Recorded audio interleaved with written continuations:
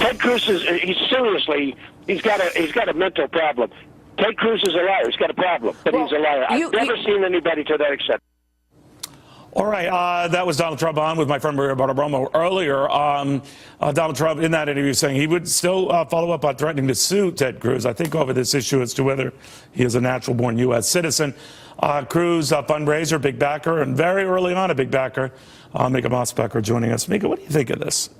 Well, first of all, anytime Trump is challenged, he threatens to leave the party and run independently. If his record is challenged, he screams, "Liar, liar, your pants are on fire." He's fired Cruz so much, I don't know when he's bluffing and when he isn't. What happened to these guys? They used to have a bromance going on. Now they can't stand each other. Well, I still think it's like a lover's quarrel. They'll kiss and make up depending on who's the nominee. I don't think they'll ever kiss and make up. I think they hate each other. Oh, I don't. I think it's part of the fun. Although what's telling, when I was talking to Donald Trump in New Hampshire, he did open up the possibility that Cruz could be a running mate. So obviously the citizenship issue was not as crucial a point.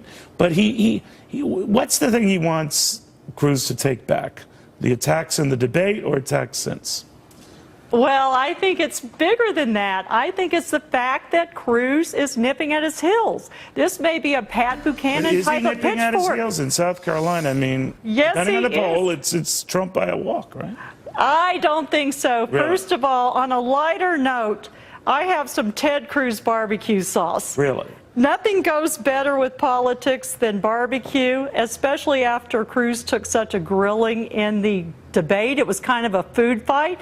Cruz stuck to meatier issues such as personal liberties, the protection of Second Amendment, and most importantly, the nominee for the Supreme Court. He was a big supporter of his, that he's painted as just a liar. Donald Trump says he's a liar, no one trusts him.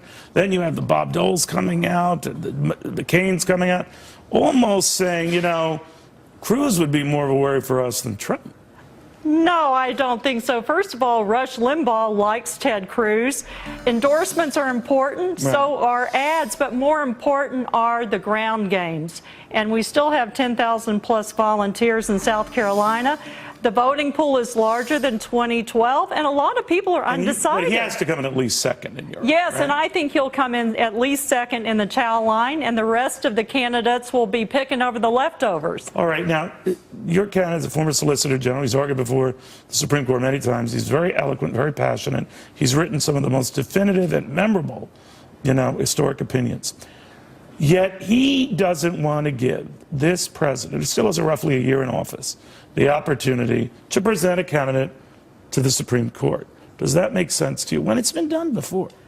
The reason it makes sense is that this president is too political. If we could trust him to do what's right for the country, well, first of all, we need the beholder, right? Well, possibly, but we need another conservative on the Supreme Court. Then with Republicans in the majority in the Senate and in the committee, then let them say, yeah, sorry, no, this doesn't fly. We hate this nominee, and we're not going to accept him.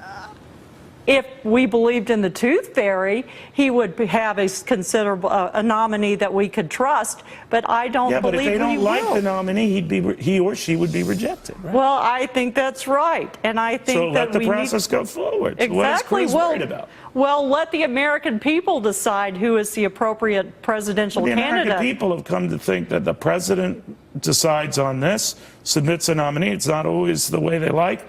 Ronald Reagan's first two choices were rejected, and then one finally approved in his last year in office. Lyndon Johnson learned through the School of Hard Knocks. His final choice was rejected. The successor to Earl Warren, it was up to his successor, Richard Nixon, to pick that replacement. So let the chips fall where they may. Well, Cruz and Trump are both street fighters, and so I have the utmost confidence that they will get. No, they're... Don't you want to pick up that hot sauce and fling it in their eyes? Well, I like the fact that they're spicing up the election. Oh, I get it. Does it taste good, then? It does. It's a special custom blend, and if Hillary or Bernie wins in the White House, I'm opening up a barbecue stand. You're sure it's barbecue? It's nothing stronger. Nothing stronger. All right, Mika, thank you very, very much. We have a lot more to go. Oil down again today. That is all over the map today, more to the point, and yet stocks are rebounding. That's an anomaly right there. But I'll tell you what's acting as a catalyst for this. The reason why it's down, they don't think will last very long. that all of a sudden OPEC and some other countries that produce a lot of oil are going to freeze that production. In other words, they're going to live up to that goal. This is the market's way of saying, we don't believe you. We don't believe you.